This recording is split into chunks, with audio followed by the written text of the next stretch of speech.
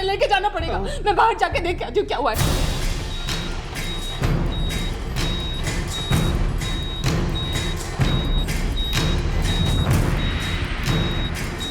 ए राजू, तू ताबड़तोब घर आ जा। निखिल को कुछ हो गया है। अहो बाबा काय झालं? वो खून से लथपथ निकल घर पे आया और बेहोश हो गया। लेकिन कैसे? एक्सीडेंट हुआ क्या उसका? अरे मालूम नहीं है, उसको हॉस्पिटल ले जाना है, तू जल्दी आना। हिमांगी कहाँ है? हेमांगी कहीं बाहर गई, कुछ पता कर रहे, पता नहीं क्या।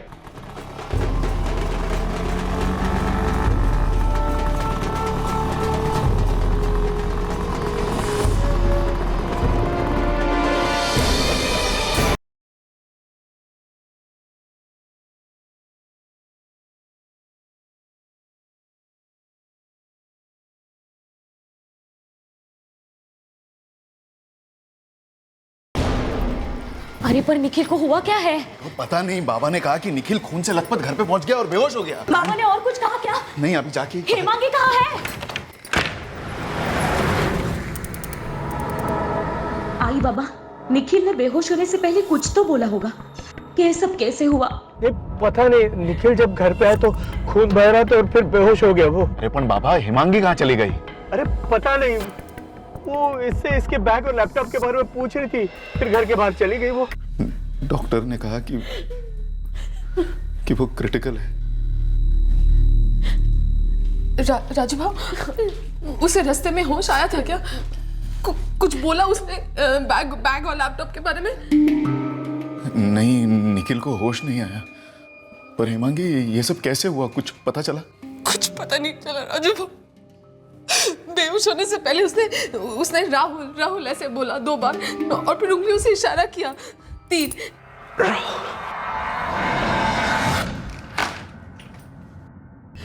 डॉक्टर साहब, मेरा बेटा कैसा है? निखिल के सर पे किसी भारी चीज से वार हुआ है। स्कल में मेजर फ्रैक्चर है और इंटरनल हैमरेज भी काफी हो चुका है। डॉक्टर साहब, जो लगेगा हम करने के लिए तैयार हैं, लेकिन आप प्लीज प्लीज मेरे छोटे भाई को बचाइए। मिस्टर सानप, हम पेशेंट को बचाने के लिए पूरी कोशिश कर रहे हैं, लेकिन इस वक्त हमें पुलिस को तुरंत बुलाना होगा, क्योंकि ये कोई एक्सीडेंट नहीं है, कोई अटैक मालूम होता है। अटैक?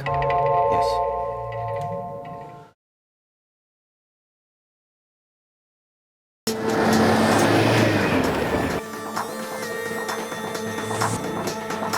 पूरी तरह से अभी तक ब्लीडिंग नहीं रुक पाई है।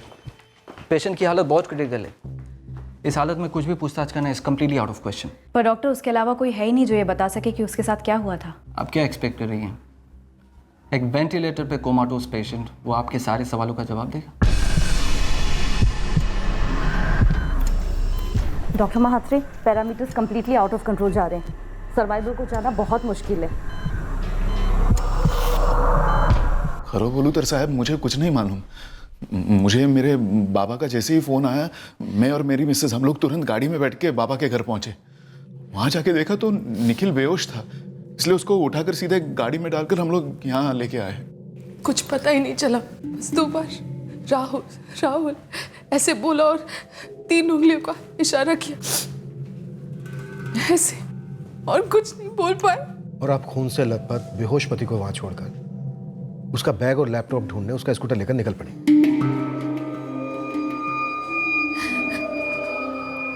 हाँ। हिमांगी जी, उस बैग और लैपटॉप में ऐसी क्या कीमती चीज थी जो आपको अपने पति की जान से ज्यादा कीमती लगी? बैग में पैसे होते थे सर। मेरे हस्बैंड निखिल पैसे ट्रांसफर करने का काम करते हैं, तो उनके बैग में हमेशा पैसे होते हैं। मुझे लगा कि कहीं पैसों की वजह से कुछ हुआ ना हो, इसीलिए मैं उनका स्कूटर लेके निकल गई थी ऑफिस की तरफ, ये पता करने के लिए कि कहीं वहां तो कुछ नहीं हुआ। तो निखिल के ऑफिस से कुछ पता चला आपको? वहां से कुछ पता नहीं चला और पैसे का बैग भी नहीं मिला। मैंने काफी ढूंढने की कोशिश की। प्रवीण, यहाँ पर कुछ हुआ था क्या? अभी आप यहाँ इस वक्त और ये क्या बना रखी हैं आप? तो वो सब छोड़ना, यहाँ पे कोई लड़ाई लफड़ा ऐसा कुछ हुआ था क्या? लफड़ा? कैसा लफड़ा भाभी? तेरे निखिल भाभी किसी ने कोई हमला किया यहाँ पे? क्या भाभी, निखिल भैया पे कोई हमला करेगा और हम देखते रहेंगे क्या? अभी आधे घंटे तो पहले तो निकले पे रोज की तरह। अच्छा, तो उनका रोज का बैग उनके पास था और लैपटॉप? अब इतना ध्यान तो नहीं दिए।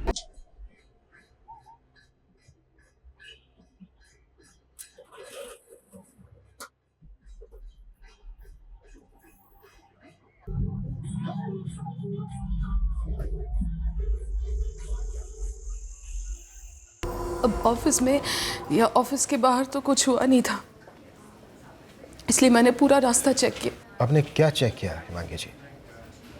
पैसों से भरा बैग और लैपटॉप रास्ते पर ढूंढा, या फिर यह पता करने की कोशिश की कि आपके पति निखिल के साथ क्या हुआ? दोनों सर।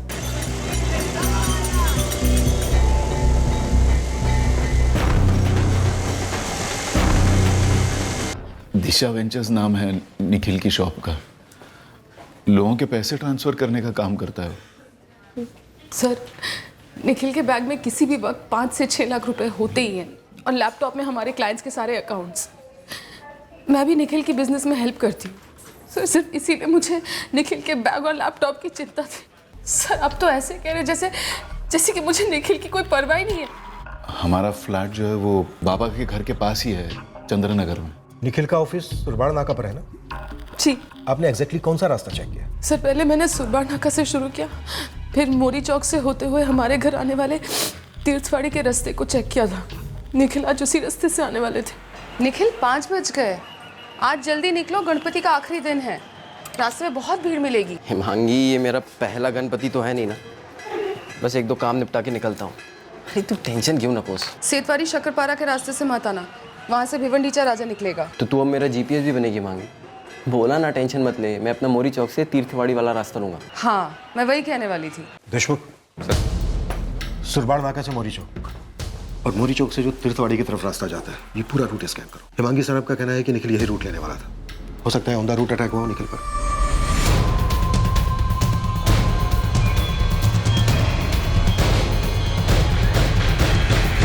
सर, इतना सुनसान रास्ता, लैंड अटैक करने के लिए इससे अच्छी जगह हो ही नहीं सकती। इसमें तो अभी हमने सुरबाड़ नाका टच किया है, हो सकता है कि क्राइम सीन हमसे पीछे छोड़ गया हो।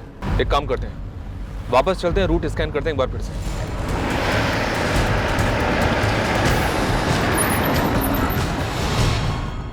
ऐसे इशारा किया था। और राहुल ने? जी हाँ, 2 बार। आप लोगों ने भी सुना? निखिल की हालत देखकर हम बेहाल थे सर। सर, मैंने सुना था, उसने मुझसे कहा था। आपकी किसी राहुल से दुश्मनी है कोई? नहीं, ऐसा कुछ नहीं, लेकिन हमारे ऑफिस से लगकर एक चाय नाश्ते की दुकान है, जय भवानी चाय और नाश्ता कॉर्नर। उसका मालिक यूपी बिहार साइड का है, उसका नाम राहुल है।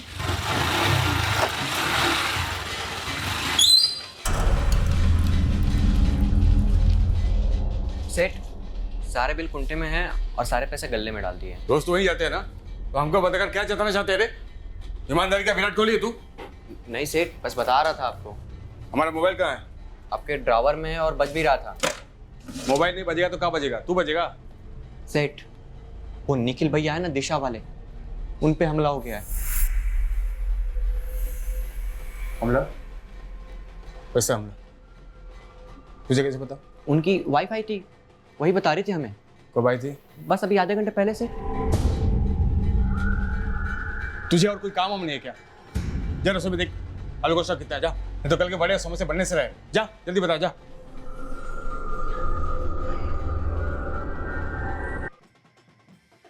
फोन। स्मिता, हो सकता है यहाँ कुछ और भी हो, सर्च करो। हाँ सर।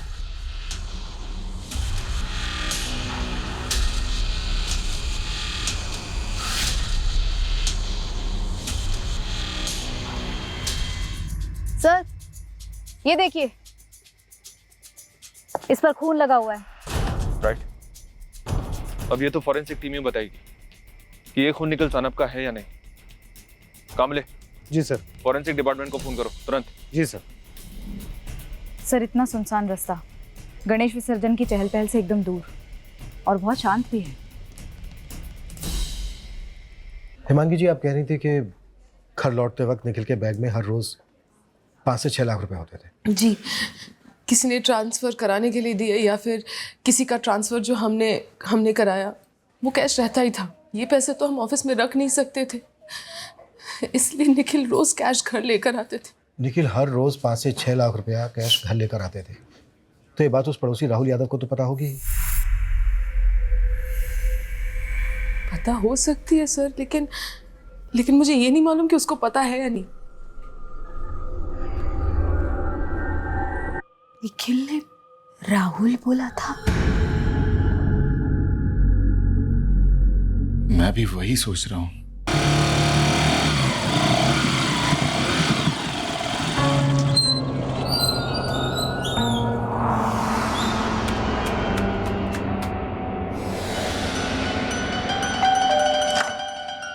कितना लेट राहुल?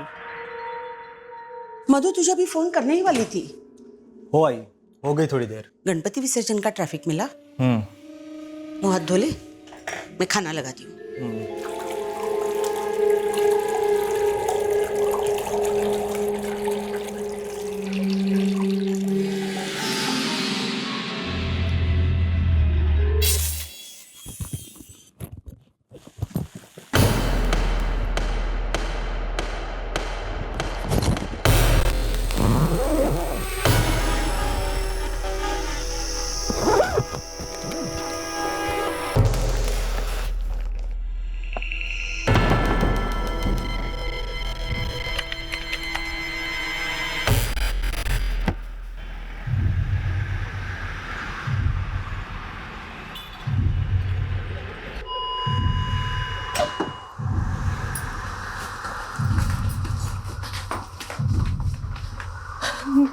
निखिल कैसे? आई एम सॉरी, आपके पति अब नहीं रहे। देखिए, मैंने आप सबको पहले भी कहा था कि पेशेंट की कंडीशन बहुत क्रिटिकल थी, हम उसे बचा नहीं पाए।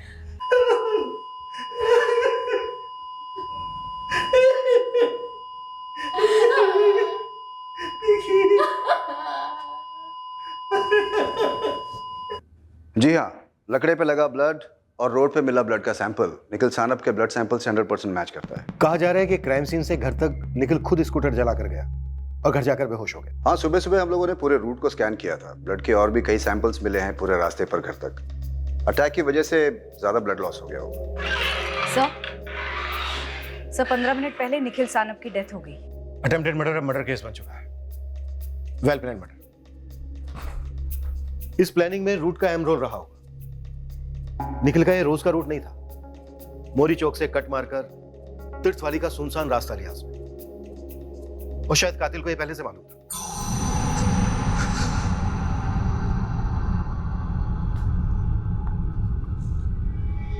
काय झालं राजू? निखिल गेला ग. निखिल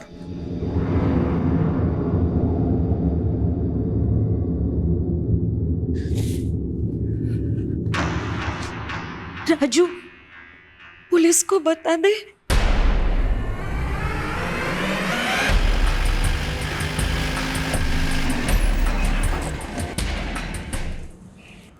हाँ, हम ही हैं राहुल यादव। आप कौन? Crime branch. चल, कुछ बात करनी है तुझसे। कैसी बात साहब? निखिल सानप के साथ तेरा क्या लफड़ा था रे? लफड़ा?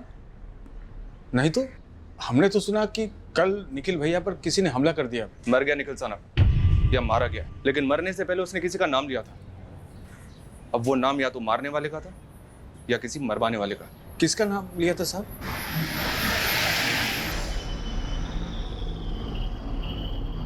ये किसी चमत्कार से कम नहीं है कि मल्टीपल स्कल फ्रैक्चर और इतनी सीवियर हैमरेज के बावजूद विक्टिम ने क्राइम स्पॉट से लेकर अपने घर के गेट तक स्कूटर चलाया। चमत्कार तो है, पर क्या ये मुमकिन है निखिल का ऐसी हालत में खुद स्कूटर चलाकर क्राइम सीन से घर तक पहुंचना? Very doubtful. निखिल की जेब में उसका मोबाइल फोन था। अगर वो स्कूटर चला के उतना दूर से अपने घर जा सकता है, मेन गेट खोल के घर के अंदर आ सकता है, ऐसी हालत में डोरबेल बजा सकता है, तो क्या एक फोन कॉल नहीं कर सकता मदद के लिए? और बेहोश होने के कुछ सेकंड्स पहले वो किसी राहुल का नाम लेता है और 3 उंगलियों का इशारा करता है। हम एक राहुल के फेस टू फेस इंट्रोगेट कर रहे थे, राहुल यादव को। यहां भी एक ट्विस्ट था। निखिल भैया ने हमारा नाम लिया। राहुल और किसका नाम है तो हमारा नाम, लेकिन हमारा नाम क्यों लिया था? ये तो तू हमें बताएगा ना राहुल यादव। फिलहाल तो हमें 5 लाख के बारे में जानना है, जिसके बारे में तू भी जानता था।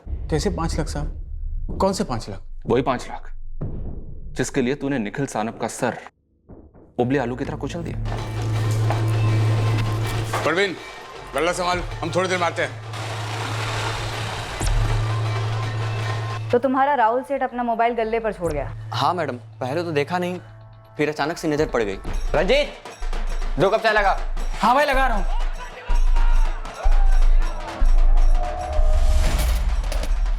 और रात को 9 बजे के आसपास वो दुकान पर लौट आया? जी मैडम। तुम्हारे हिसाब से हड़बड़ाया हुआ था? वैसे हैं पैदाशी खड़ूस मैडम, लेकिन कल रात कुछ ज्यादा ही चिड़े हुए थे। वो निखिल भैया है ना दिशा वाले, उन पे हमला हो गया है। तुझे और कोई काम हम नहीं है क्या? जरा सुबह देख। निखिल भैया के हमले के बारे में सुनते ही वो एकदम हिल से गए। क्यों हिल गया था? हमला उसी ने कराया था? अब वो हम कैसे बता सकते हैं मैडम? ये बताओ, राहुल यादव और निखिल सानाप के बीच में क्या दुश्मनी थी?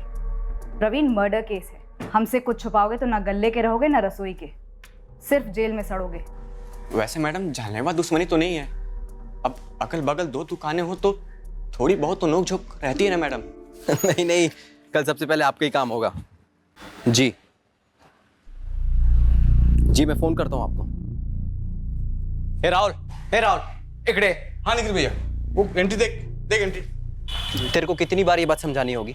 ये कचरा यहाँ पड़ा नहीं रह सकता। ये आखिरी वार्निंग दे रहा हूँ राहुल यादव कि तेरा गांव नहीं है, महाराष्ट्र है, महाराष्ट्र। क्या समझा? देखिए निखिल भैया, गलती मानते हैं हम अपने लड़के को 2 चमाट लगा देंगे जिसने गंद मचाई है, पर आप भी बात को लिमिट में रखिए।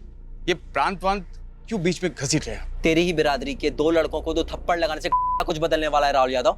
अरे तुम लोग यहाँ की कदर क्या जानो? आकर धंधा तो जमाते हो लेकिन जमकर गंदगी भी फैलाते हो। एक छोटी सी गलती क्या हो गई? अब तो मौका ढूंढते हो बाहर वाले अंदर वाले की बात छेड़ने के लिए। छेड़ूंगा, रोज छेड़ूंगा। देख यादव, अगर आज के बाद मुझे आलू का एक छिलका भी यहाँ दिख गया ना, 4 अलग-अलग डिपार्टमेंट में तेरी कंप्लेंट ठोकूंगा। सब जगह अपने लोग तेरी ऐसी वाट लगाएंगे ना कि 1 वे टिकट कटाकर लौट जाएगा जहां से भी तू आया है। आप जिसे लड़ाई बड़ाई बोल रहे हैं ना, वो हमारे बीच बस नोकझोंक थी, कोई ऐसी दुश्मनी नहीं थी। वो तो मैं बाहर वाला कहता रहता था, तुम्हें गुस्सा नहीं आता था? आता था, लेकिन गुस्से से ज्यादा डर था साहब कि कहीं किसी और को भड़का उड़का दिया तो हमारा तो धंधा चौपट हो जाएगा ना, और ऊपर से जान माल का खतरा वो अलग। हम इसी डर में धंधा करते हैं साहब। हम क्या मर्डर के बारे में सोचेंगे? दुश्मनी 2 व्हीलर की तरह होती है यादव। अगर एक पहिया गुस्सा है तो दूसरा डर है, और इसी डर को मिटाने के लिए तूने निखिल सानप को मिटा दिया है? नहीं साहब, तो कल 6:45 बजे अपनी बाइक से निकला और तू अपने गैंग से जाकर मिल। तूने अपनी गैंग को आगाह किया और फिर तुम सब ने मिलकर इस साजिश को अंजाम दिया। कौन था वो? नाम, नंबर, पता, तीनों बता मुझे। हमारा कोई गैंग वैंग नहीं है साहब। हम तो अपना मोबाइल तक अपने गले में भूल गए थे। हम क्या किसी को आगाह करते? मोबाइल गले पर छोड़ना भी साजिश का एक हिस्सा था, और ये पैतरा ना आजकल हर दूसरा क्रिमिनल इस्तेमाल करता है ताकि उस पर शक ना उठे। शक कैसा साहब? अरे हम तो आलू की बोरियां उठाने गए थे बाबा नगर मार्केट। विसर्जन की भीड़ जबरदस्त थी, इसलिए हमें अंदर का लंबा रास्ता लेना पड़ा। और जब तक हम मार्केट पहुंचे तो पता चला रमाकांत दुकान बंद करके घर चला गया।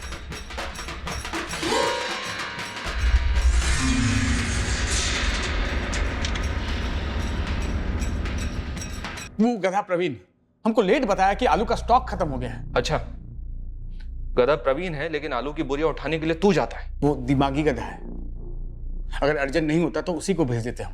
और कल आलू नहीं उठाते ना साहब तो आज सुबह बनता क्या और ग्राहकों को खिलाता क्या? और तू खाली हाथ लौटा बिना आलू के। वैसे लौटने का कौन सा रास्ता लिया था तूने? साहब हम बाबा नगर मार्केट गए थे ना, तो शक्करपाड़ा के रास्ते से लौटे, और वो रास्ता दूर दूर तक मोरी चौक को टच भी नहीं करता है। तुझे कैसे पता चला कि निखिल सानप मोरी चौक से तीर्थवाड़ी का रास्ता लेने वाला था?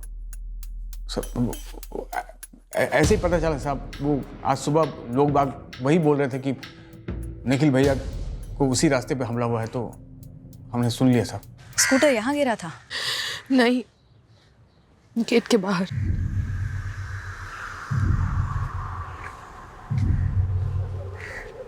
निखिल ने जो कल रूट लिया था मोरी चौक से तीर्थवाड़ी वाला, वो सिर्फ कल लिया था गणेश विसर्जन की वजह से?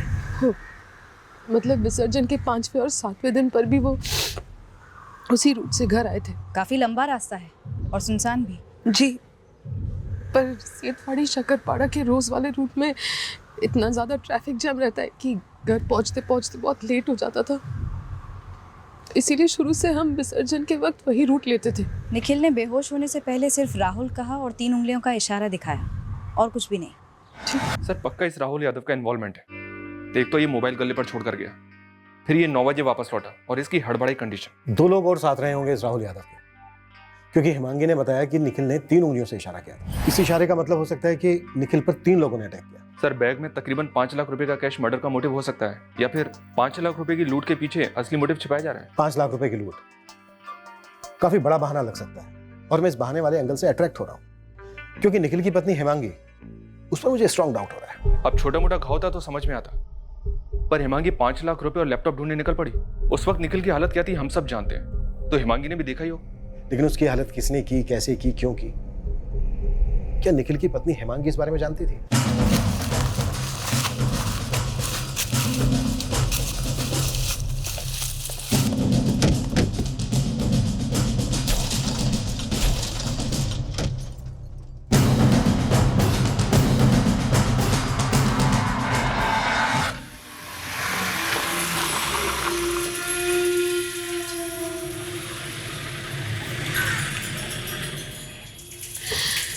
मैडम, क्या मैं अंदर जा सकती हूँ? लोग आने शुरू हो गए हैं और अभी हमारा बिजनेस मुझी को देखना है। हमारे बिजनेस में ट्रांजैक्शंस रोज होते हैं। आप जाइए।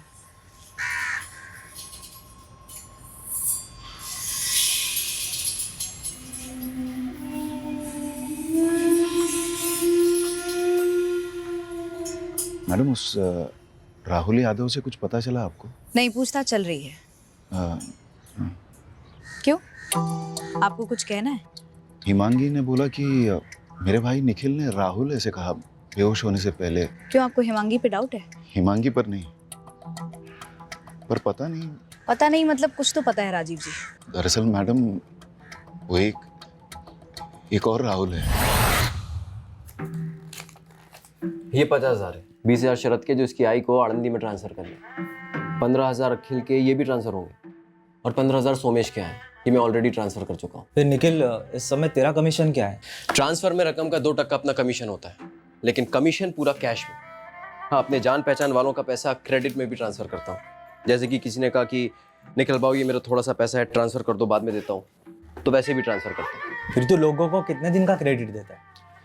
30 दिन, उसके बाद 2% ब्याज शुरू। ओह, इसका मतलब यह है कि इसमें खुद का एक्स्ट्रा कैश डालना ज़रूरी है, मतलब खुद की इन्वेस्टमेंट है, ताकि हम लोगों को 30 दिन का क्रेडिट दे सके। वो तो अपना रिस्क है, लेकिन सिर्फ शुरू में। एक बार क्लाइंट बन गए तो पैसा रोटेशन में रहता है। हाँ, मैं भी वही सोच रहा था। अरे 10 साल से इस लाइन में हूँ, जो पैसा अपनी जेब से लगाया था वो तो कब का रिकवर हो गया, अब तो सिर्फ लोगों का पैसा घूम रहा है। मतलब इसी में से तेरा कमीशन निकलता है? ऐसे बैठे बैठे नहीं निकलता राहुल, बहुत बारीकी का काम है, और सबसे बड़ी लागत पक्की जुबान और भरोसे की है। कमीशन का एक एक पैसा खून पसीने की कमाई है। मैं भी खून पसीना बहाना चाहता हूँ, क्या ऐसा हो सकता है कि मैं भी इस लाइन में आ सकूँ? क्यों नहीं यार, तू तो अपना है। हमारी आई की एक ममेरी बहन है, सुशीला मौसी, सुशीला केंद्रे। ये राहुल उन्हीं का बेटा है। मतलब निखिल ने राहुल केंद्रे को अपने बिजनेस में शामिल कर लिया? हाँ, मतलब काम सीखने के वास्ते। थोड़े टाइम के बाद वो अलग हो गया, वहां से चला गया। कोई झगड़ा हो गया या अनबन? मुझे कोई आइडिया नहीं कि उनके बीच में क्या हुआ। हाँ, पर इतना मालूम है कि उसने वहां से काम छोड़ दिया और खुद का दुकान शुरू कर दिया। पर कहा है कि ज्यादा वक्त धंधा चला नहीं, तो वो दुकान भी बंद कर दिया उसने और किसी फैक्ट्री में सर्विस पकड़ ली। नंबर 2। सुशीला मौसी का घर पारसवाड़ी में है, वो सब लोग साथ में ही रहते हैं।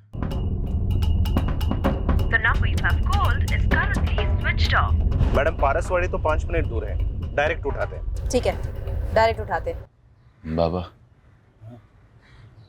वो पुलिस कह रही थी कि आज शाम तक बॉडी मतलब निखिल को घर ला सकते।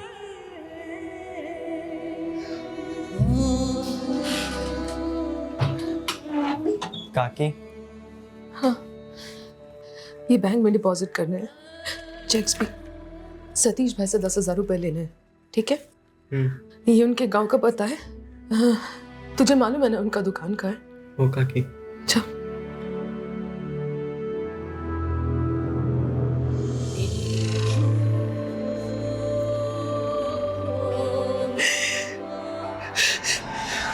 मेरी बहन वृंदा उसके घर जा रहे हैं।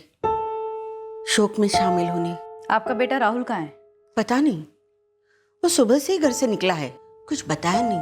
उसका फोन भी बंद आ रहा है। तुम राहुल की पत्नी हो? ओह, पक्का सुबह ही निकला था। कल रात को तो नहीं गया था गायब होने के लिए? क्या बोल रही है? वो रात को घर आया था, खाना खाया, सो गया, सुबह निकल गया घर से। गायब होने के लिए मतलब? गायब होने के लिए नहीं निकला होगा तो ये अच्छा होगा।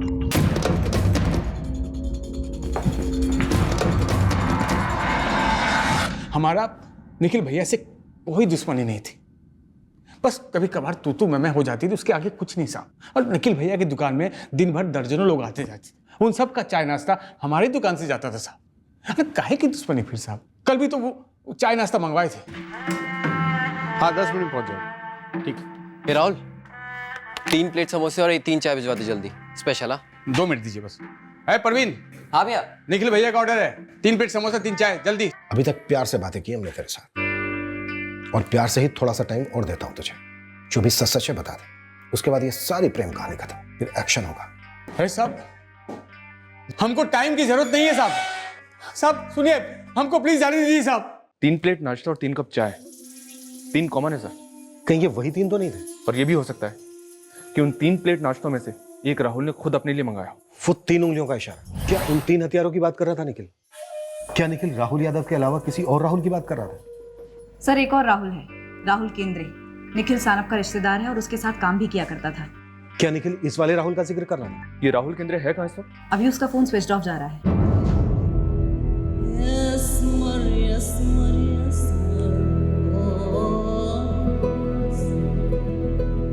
वृंदा दी, ये सब कैसे हुआ? समझत नहीं का, किसने दुश्मनी निकाली मेरे निखिल के, पता नहीं चला। राजू जी? निखिल को घर कब तक ले आएंगे? अभी थोड़ी देर में।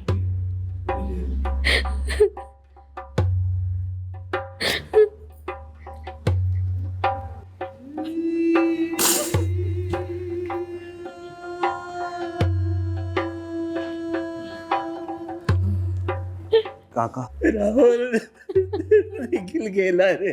मैडम, मैंने पता कर लिया, अभी जो आदमी अंदर आया है वही है राहुल केंद्रे। आराम से बाहर लेकर आओ उस राहुल केंद्रे को, चुपचाप गाड़ी में डालो और सीधे थाने ले आओ। अबे ओ, इतना जोर क्या दे रहा दिमाग पे? कल दोपहर की तो बात है जब तेरे राहुल सेठ ने निखिल की दुकान में 3 चाय समोसे का ऑर्डर दिया था। तू ही गया था ना तेने? हाँ साहब, याद आ गया। 3 लोग थे। हाँ। ये मैं जहाँ पर ब्लू क्रॉस कर रहा हूँ, आप लोग वहाँ पर साइन कर दीजिए। तो सर ये अलग अलग साइन करना है हमें? आप लोग के पैसे अलग अलग ट्रांसफर होने ना, तो अलग अलग साइन होंगे। निखिल भैया ने तो चाय भी नहीं पी और तीनों ने समोसे भी खाए और चाय भी पी। कौन थे वो तीनों? साहब बताया ना, हम उनको नहीं पहचानते। पहचानने का काम तू हम पे छोड़ दे। तू बस इतना बता कि वो दिखने में कैसे थे, होलिया क्या था उनका? सर, हम उनका चेहरा देखे ही नहीं। समोसा दिए, चाय परोसी और हम निकल लिए। और जब प्लेट उठाने आए तो साहब वो तीनों निकल चुके थे। निखिल भैया हमेशा की तरह अपने काम में लगे हुए थे साहब। दिमागी, मुझे पता है ये सही वक्त नहीं है पूछने के लिए, लेकिन क्या तू बता सकती है पुलिस मेरे बेटे राहुल को क्यों ले गई है? यहाँ पे जब हम आ रहे थे तब वो पुलिस वाली मैडम आई थी। वो बोल रही थी कि राहुल गायब है। वो ऐसे कैसे बोल सकती है? उसे किसी ने पट्टी पड़ा के भेजा था क्या? अब ये गायब वायब क्या बोले जा रहे हो? फोन क्यों बंद रखा है तूने? बंद रखा नहीं है साहब, बंद हो गया है, बैटरी डाउन है। अब ये कब से जुर्म होने लगा? जुर्म तो हो गया है राहुल केंद्रे। तो हर बेवकूफ मुजरिम की तरह तूने सोचा कि तू फोन बंद कर लेगा तो हम तुझ तक पहुंच नहीं पाएंगे। जैसे बिल्ली सोचती है कि दूध पीते हुए वो अपनी आंखें बंद कर लेगी तो दूध पीते हुए उसे कोई देख नहीं पाएगा। आपका ये दूध मलाई वाला ही ना मेरे दिमाग का दही कर रहा है। कहीं आप लोग निखिल के मर्डर में मेरा नाम तो नहीं ले रहे? नाम तो तेरा खुद निखिल ने लिया है मरने से पहले। मेरा नाम क्यों लेगा वो? क्योंकि तूने अपने 2 साथियों के साथ मिलकर निखिल को जान से मार डाला।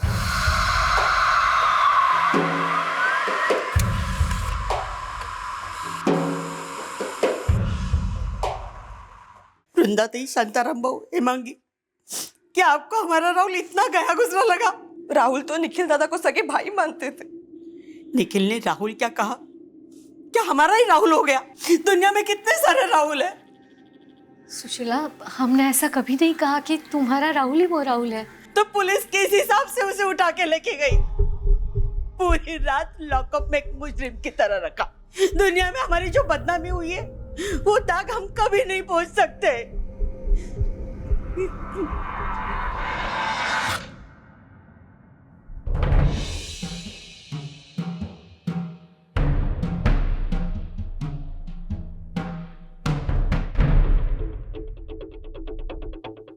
सर, राहुल यादव के फोन रिकॉर्ड से कुछ मिलने से रहा, क्योंकि शायद वो जानबूझकर अपना फोन काउंटर पर छोड़ के गया हो। और वो जो भी कह रहा है कि वो आलू की बोरियां लेने गया था, मोरी चौक से गुजरा ही नहीं, इन सब का कोई चश्मदीद गवाह नहीं है। मर्डर के वक्त उसकी मूवमेंट्स काफी शक पैदा करती हैं। हमने कुछ नहीं किया, हमको निकालो यहाँ से, हम पूरी तरह बेकसूर हैं।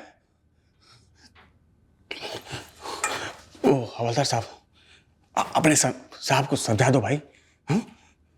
हमारा इज्जत का तो ऐसा रगड़ा बैटिस हो गया साहब कि पूरी जिंदगी मुंह छुपाते रहना पड़ेगा साहब। इस राहुल केंद्रे का फोन रिकॉर्ड आ गया है। परसों रात इसका लोकेशन था मोरी चौक। एग्जैक्ट टाइम वही है जब निखिल पर हमला हुआ। तो किसी जगह पर होना जुर्म है क्या? जुर्म तो मोरी चौक एरिया के पास हुआ था। मोरी चौक में और भी तो चीजें होती है। जैसे कि मेरा जिगरी दोस्त अनिल, वो भी तो रहता है वहां पर। उसके घर में 10 दिन का गणपति होता है, उसका विसर्जन होता है, लोग विसर्जन में शामिल होते हैं। मैं भी हुआ था। 7 बजे उसके घर पर वापस लौट कर भी आए थे। आप चाहे तो पूछिए अनिल से।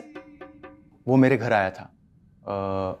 हमने घर के गणपति का विसर्जन किया और लगभग 7 साढ़े 7 बजे हम मेरे घर लौटे। राहुल कितने बजे निकला तुम्हारे घर से?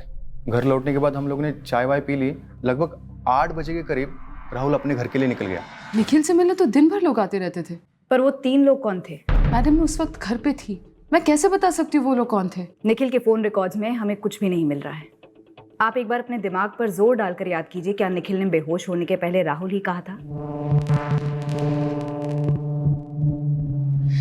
निखिल ने धीरे से ही सही, लेकिन साफ साफ बोला था राहुल।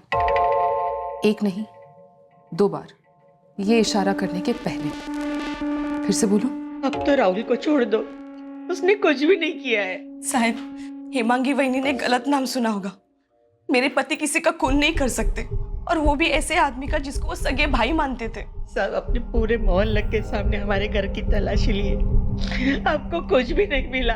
अब तो राहुल को आपको छोड़ना ही पड़ेगा। मुझे पता है, आपको मेरा नाम राजीव भाऊ ने बताया। अगर कोई तेरा नाम नहीं भी बताता तो भी हम तेरे तक पहुंचे जाते। तुम तीनों दोपहर को निखिल से उसकी दुकान पर मिले, चाय पी, समोसे खाए, फिर शाम को मोरी चौक के आगे उस पर अटैक कर दिया। 5 लाख रुपए लूटे, लैपटॉप लूटा। राहुल निखिल पर वार किसने किया? वो पैसे, वो लैपटॉप कहाँ है? साहब, मैं आपको एक बात बताऊं? बता। साहब, कहीं ऐसा तो नहीं है कि निखिल ने हेमांगी वहिनी को राहुल नहीं राजू बोला? राजू? ऐसा भी तो हो सकता है ना कि बेहोश होने से पहले निखिल ने राहुल नहीं राजू कहा हो। कौन है राजू? निखिल के बड़े भाई राजीव, जिन्हें हम सब लोग राजू भाऊ बुलाते हैं। तेरे कहने का मतलब यह है कि निखिल की पत्नी हेमांगी झूठ बोल रही है? आप खंगाली, राजू भाऊ का पास्ट खंगाली। उनका झगड़ा था प्रॉपर्टी को लेकर। सर, राहुल और राजू सुनने में कंफ्यूजन हो सकता है। वैसे यहाँ 2 राहुल हैं सर, एक राहुल यादव और दूसरा राहुल केंद्रे। हो सकता है सर कि हिमांगी ने सुनने में गलती की हो, या फिर एक राहुल यादव की दुकान उनके ऑफिस के बगल में है, तो शायद उसने दिमाग में पहले से राहुल ही गैस कर लिया हो। ये भी पॉसिबिलिटी है कि जो पत्नी खून से लथपथ अपने पति को हॉस्पिटल पहुंचाने के बजाय पैसों से भरा उसका बैग और लैपटॉप ढूंढने निकल सकती है, वो हमें कोई मनगढ़ंत कहानी सुना रही। ऐसी औरत की बात को हम कितना सीरियसली ले सकते हैं? और शायद ये राहुल कहने वाली बात भी मनगढ़ंत हो, हमें पूरी तरह से गुमराह करने की कोई चाल। सर, कहीं उंगलियों का इशारा किया ही ना हो, हेमांगी ने सब कुछ खुद ही रचा हो। बाबा, राजू भाऊ को फोन करो, निखिल को हॉस्पिटल लेके जाना पड़ेगा। मैं बाहर देख कर आती हूँ क्या हुआ है। हिमांगी ने निखिल से फोन करके कहा था कि वो क्राइम सीन वाले रास्ते से आए। अच्छा सुनो, सेतवारी और शक्करपाड़ा के रास्ते से बिल्कुल मत आना, वहां से भिवंडीचा राजा निकलेगा। सर, अगर हेमांगी खुद हॉस्पिटल ले जाती तो निखिल के बचने के चांसेस थे, लेकिन उसने किया क्या? शांताराम जी से कहकर अपने जेठ राजीव सानप को बुलवाया। खुद भी फोन कर सकती थी, लेकिन इन सब में देर हो गई और निखिल की कंडीशन बदतर हो गई। मुझे लगता है स्क्रिप्ट के अनुसार निखिल को क्राइम सीन पर ही दम तोड़ देना था। और ये जो चमत्कार हुआ, मेरा मतलब निखिल का स्कूटर चलाकर अपने घर तक पहुंचना, ये आउट ऑफ स्क्रिप्ट था, जिसकी वजह से सारा प्लान उथल-पुथल हो गया। नहीं, ऐसा कुछ तो नहीं, लेकिन हाँ, हमारे ऑफिस से लगकर एक चाय नाश्ते की दुकान है, उसका मालिक यूपी बिहार साइड का है, उसका नाम राहुल है। राहुल यादव की तरफ हमें हिमांगी ने भेजा और राहुल केंद्र की तरफ राजीव सानप ने। हिमांगी ने हमें 3 लोगों के बारे में बताया सर, ये कहते हुए कि निखिल ने 3 का इशारा किया था। घर के किसी भी सदस्य ने ना देखा ना सुना, नो प्रूफ। मुझे लगता है झूठ का चक्रव्यूह रचा गया है, लेकिन इसमें एक बात सच है कि निखिल सानप का मर्डर हुआ है और उसका पैसों का बैग और लैपटॉप दोनों लूटे गए।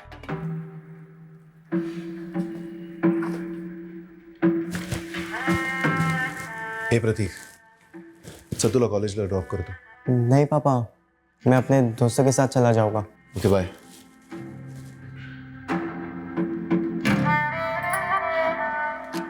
आई बाबा के घर कुछ दिन रहने जाए क्या? वैसे आज जाते जाते मैं उन्हें मिल के जाने ही वाला था। ये भी ठीक रहेगा।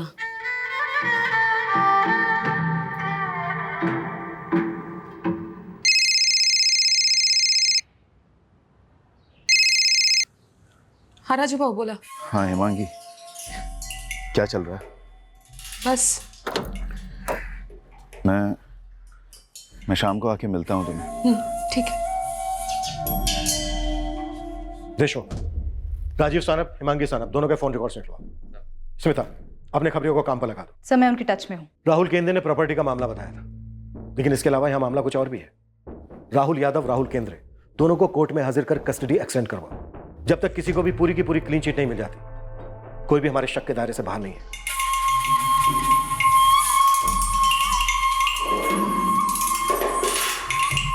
दो राहुल, 3 उंगलियां।